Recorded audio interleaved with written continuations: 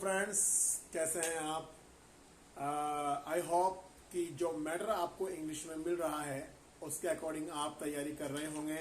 और वैसे भी सीबीएसई हाफ ईयरली एग्जाम्स तो चल ही रहे हैं। टर्म फर्स्ट के अकॉर्डिंग बच्चे सब तैयार हैं और RBSE according and competition level पर भी कंपटीशन आने वाले हैं।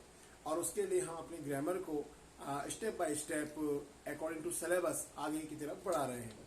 तो आज की क्लास में मैं जो नया टॉपिक लाया हूँ वो है डिटरमाइनर।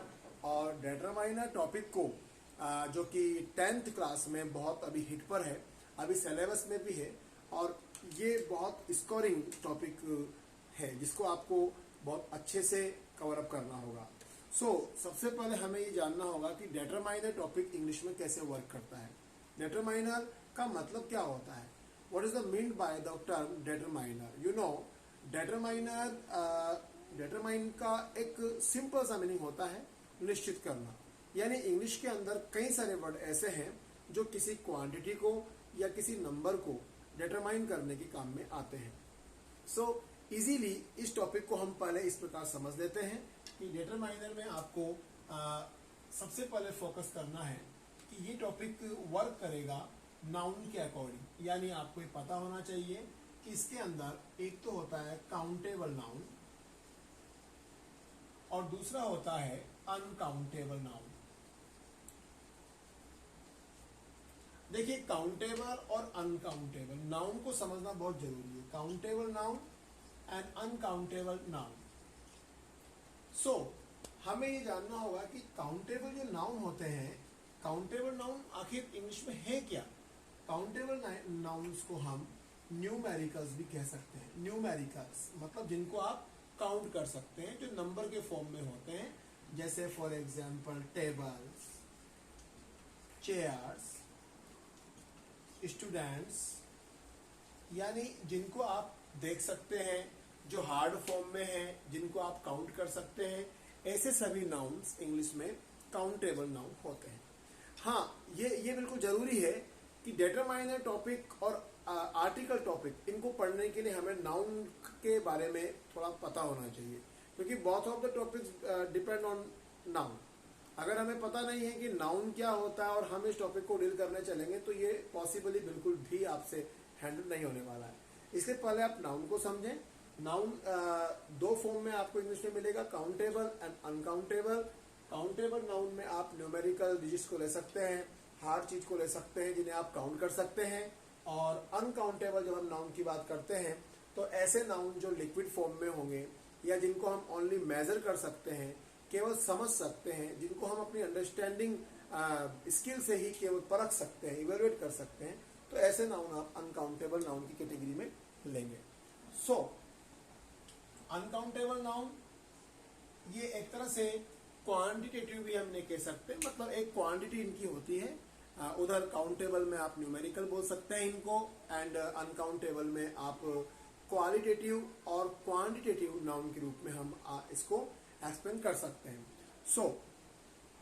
नाउ अब मैं आपको ये बताने वाला हूं काउंटेबल और अनकाउंटेबल नाउन में कौन कौन से डिटरमाइनर सेट हो सकते हैं।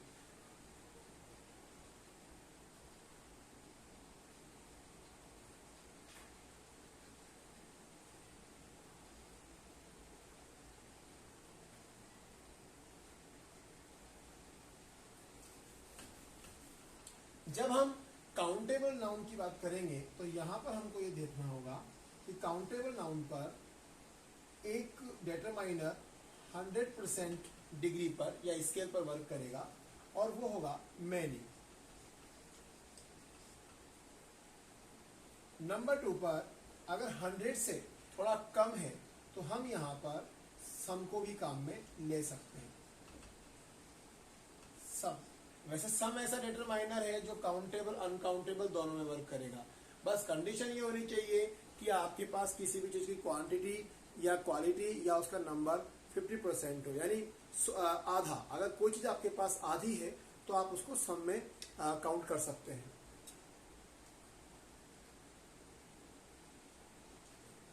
If you have 75% of number तो आप अ फ्यू यूज में लेंगे, अ फ्यू। और हमारे पास बिल्कुल 0% क्वांटिटी है, मतलब कोई चीज नहीं है हमारे पास, तो हम यहाँ पे काम लेंगे फ्यू। ओके, तो ये जो काउंटेबल नाउन है, मैं आपको वैसे अनकाउंटेबल नाउन कल की क्लास में बता पाऊंगा क्योंकि टाइम की शॉर्टेज है आज की क्लास में। मैं आपको आज काउंटेबल नाउन का थोड़ा सा आइडिया दे सकता हूं। मैनी का आप मतलब जान लीजिए। मैनी का मतलब होता है कहीं सारा या बहुत सारा। अब आपने एक एग्जाम्पल बनाया, आई हैव बुक्स, ये आपका सेंटेंस है। तो जब आपको यहाँ डिटरमाइनर फिलअप करना है तो सबसे पहले हमें देखना है कि हमारे पास जो नाउन है वो काउंटेबल है या अनकाउंटेबल है। आपको देखने पर पता लगा नाउन हमारे पास काउंटेबल है, तो हम इसका एक सेंस निकालेंगे। आई हैव बुक्स, यानी आप मेरे पास किताबें कितनी हैं? मेरे पास बहुत सारी किताबें हैं। अगर आप इस प्रकार का सेंस लगा रहे हैं तो यहाँ पर बहुत सारी के लिए हम मैनी को यूज कर सकते हैं। और अगर आपने सेंस लगाया है कि मेरे पास तो कुछ ही किताबें हैं, तो हम यहाँ पर सम भी यूज कर सकते हैं। और अगर आप ये कहना चाह रहे हैं कि मेरे पास थोड़ी सी किताबें हैं, कुछ किताबें हैं, मतलब 50% से 25 या थोड़ा ज्यादा आप मान लीजिए, तो वहां पर ए फ्यू को भी हम यूज कर सकते हैं। यानी ये सारे के सारे जो डिटरमाइनर इसमें अप्लाई हुए हैं, ये सब डिटरमाइनर एक तरह से पॉजिटिव सेंस में है, इनमें से एक भी नेगेटिव सेंस में नहीं है। अगर हमें इस सेंटेंस में ऐसा लगता है कि आप ये कहना चाह रहे हैं कि मेरे पास तो कोई किताब नहीं है, ठीक है, तो ऐसी कंडीशन में क्योंकि आपने सेंटेंस को नेगेटिव बना दिया, तो हम फ्यू डिटरमाइनर को काम में लेंगे। I have few books. अगर आपने ये सेंटेंस बना दिया या कहीं पर अगर आप लिखा हुआ देखते हैं आई हैव फ्यू बुक्स, तो इसका मतलब नेगेटिव होगा। सेंस आप ये सेंटेंस आपको पॉजिटिव दिखाई दे रहा है in the form, but in the sense the sentence will be in negative form. I have few book का मतलब हुआ सीधा सीधा मेरे पास कोई किताब नहीं है। तो आपने देखा डिटरमाइनर इंग्लिश में इस प्रकार से वर्क करता है। ये आपके सेंस को क्रिएट करने की कोशिश करता है। हम सेंटेंस को नेगेटिव एंड पॉजिटिव वे में बहुत इजीली लेकर जा सकते हैं।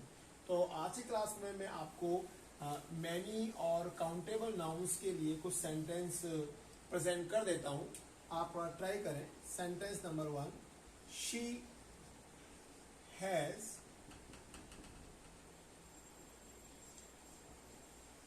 students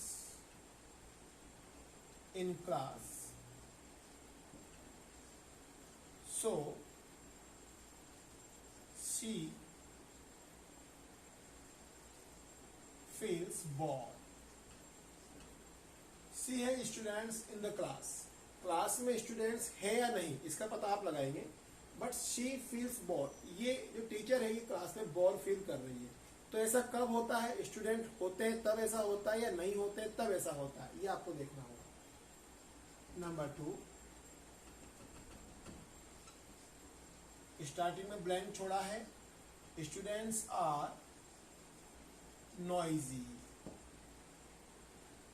स्टूडेंट्स नॉइजी हैं। क्लास के अंदर स्टूडेंट्स नॉइजी कब होंगे? जब ज्यादा होंगे तब या कम होंगे तब, ये भी आपको देखना होगा। Example number 3, I like books. मुझे किताबें पसंद है। सेंटेंस पॉजिटिव है, किताबें कुछ पसंद है या बहुत सारी पसंद है या किताबें पसंद है ही नहीं। ध्यान रखना सभी सेंटेंस में तुम्हें नाउन को हिट करना है। सबसे पहले हम जब नाउन को हिट करेंगे उसके बाद ही हमारे पास एक्चुअल आंसर किसी भी क्वेश्चन का आ पाएगा। ठीक है, तो आज की क्लास में तो टाइम की शॉर्टेज होने की वजह से मैं आपको इतना ही पढ़ा पाया हूँ। इस टॉपिक को हम आगे लेके जाएंगे नेक्स्ट क्लासेज में। आप चैनल से जुड़े रहें एंड प्लीज बी प्रैक्टिकल और प्रैक्टिस पर बने रहें, क्योंकि ग्रामर है कभी भी आपको नुकसान दे सकती है। कोई क्वेश्चन, कोई ग्रामेटिकल रूल रॉन्ग अगर आपने अप्लाई कर दिया तो शायद आप इसको डाउन कर जाएं। So be practical and be active. Thank you.